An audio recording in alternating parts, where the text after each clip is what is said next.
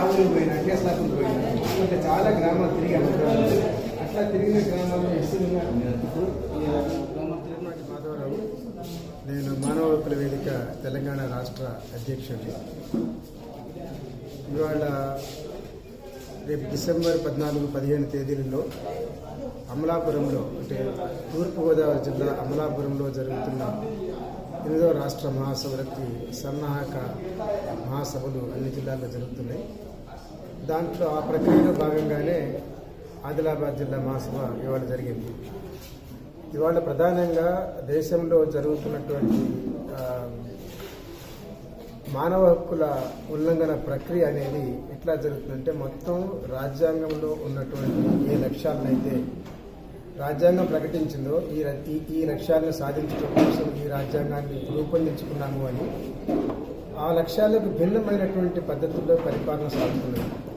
మరీ ముఖ్యంగా మొత్తం భారత రాజ్యాంగానికి అంతరాత్మ అనదగినటువంటి 3వ అధ్యాయం, అంటే దేంట్లో అయితే ప్రాథమిక హక్కులు ఉంటాయో ఆ ప్రాథమిక హక్కులకి తీవ్రమైనటువంటి విఘాతం జరుగుతుంది.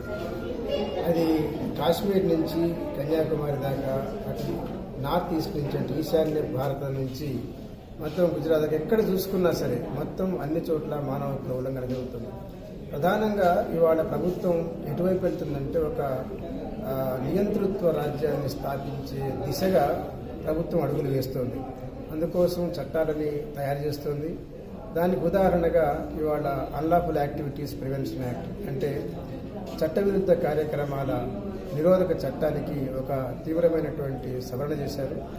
దాని ప్రకారం ఎవరినైనా కానీ ఇవాళ భారతదేశంలో టెర్రరిస్ట్గా ప్రకటించే అధికారం ఉంది. అంటే ఏ టెర్రరిస్ట్ చట్టం అయితే దాన్ని సహజమైన చావు వచ్చిందో, ఏ పూట అయితే దాని సహజమైన చావు వచ్చిందో దాన్ని ఇవాళ కృత్రిమంగా మళ్ళా ఆ చట్టాల పేరుతో కాకుండా ఉన్న చట్టానికి సవరణ పేరుతోటి తీసుకొచ్చి చాలా దుర్మార్గమైనటువంటి ప్రయత్నం వాళ్ళ ప్రభుత్వం చేస్తుంది. ఇంకో రెండోటి ఏంటంటే, మొత్తం అసలు ఎక్కడ కూడా మనిషిని మాట్లాడలేకుండా అన్ని సెడిషన్ చట్టాలు పెడుతుంది. కేవలం ఆలోచన వ్యక్తపరిచినందుకే రాజద్రోహం అనే నేరం కింద ప్రజలని అరెస్ట్ చేస్తున్నది. అరెస్టు చేసి జైలులో పెడుతుంది.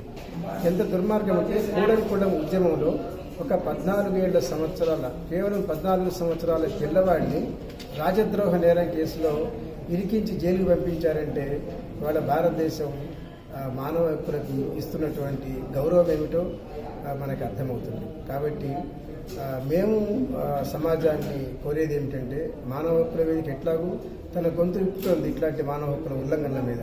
సమాజంలో ఉన్నటువంటి చైతన్యం ఉన్నటువంటి ప్రజలు కూడా ఈ తమ గొంతు విప్పి ఎక్కడికక్కడ ఈ మానవ హక్కుల ఉల్లంఘనల్ని ఎదుర్కోవాలని కోరుతున్నాం. సార్, ఇప్పుడు 23 సంఘాల మీద నిషేధించింది కదా తెలంగాణ రాష్ట్ర 23 సంఘాల మీద నిషేధం అనేది ఏదైతే ఉందో ఆ నిషేధం విధించటం అనేది విధించారా లేదా తెలియదు. ఎందుకంటే నిషేధం విధించడానికన్నా ముందు చాలా చట్టపరమైన ప్రక్రియ జరగాలి. ఆ చట్టపరమైన ప్రక్రియ జరగకుండా నిషేధించాము అని ఒక పోలీస్ అధికారి ప్రకటించేస్తే అది నిషేధం కిందకి వచ్చినట్టే కాదు. ఎప్పుడు వాళ్ళకి నోటీసులు ఇచ్చారు? ముందుగా ఏ సంస్థలను అయితే వాళ్ళు నిషిద్ధ సంస్థలుగా ప్రకటిస్తున్నారో ఆ సంస్థల బాధ్యులకి నోటీసులు ఇవ్వాలి, మిమ్మల్ని ఇట్లా ప్రకటిస్తున్నామని.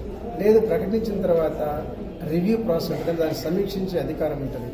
ఇవన్నీ లేకుండా ఏకపక్షంగా మిమ్మల్ని ఇట్లా ప్రకటించేశాము అంటే కుదరదు. అది చట్టవిరుద్ధం. ఆ ప్రకటన చట్టవిరుద్ధం. మరి ఇవాళ మీరు ఏ తీర్మానం చేసి గవర్నమెంట్కి ఏమైనా రిప్రజెంటేషన్ చేస్తున్నారు సార్? వాయిస్ మాట్లాడకుండా చేస్తున్నారు కదా. అంటే ప్రత్యేకమైన తీర్మానం అంటూ లేదు. మొత్తం మానవ హక్కుల ఉల్లంఘనల మీద సమాజానికి మేము ఎక్కువ విజ్ఞప్తి చేస్తున్నాం, ప్రభుత్వానికన్నా కూడా. ఎందుకంటే సమాజంలో వచ్చే చైతన్యము, సమాజంలో వచ్చే ప్రశ్నే మానవ హక్కుల ఉల్లంఘనని అడ్డుకుంటారు. కానీ ప్రభుత్వం ఏదేసి చేయరు కాదు, ప్రభుత్వం చేసే చేయాలి. వాళ్ళ రాజ్యాంగ ధర్మాన్ని వాళ్ళు నిర్వర్తించాలి. కానీ ప్రజలు ఆ రాజ్యాంగ ధర్మం నుంచి పాలకులు వైదొలిగినప్పుడు, అయ్యా నువ్వు ఇట్లా వైదొలుగుతున్నావు అని ప్రశ్నించాలి. ఆ ప్రశ్నే ప్రజాస్వామ్యానికి కీలకం.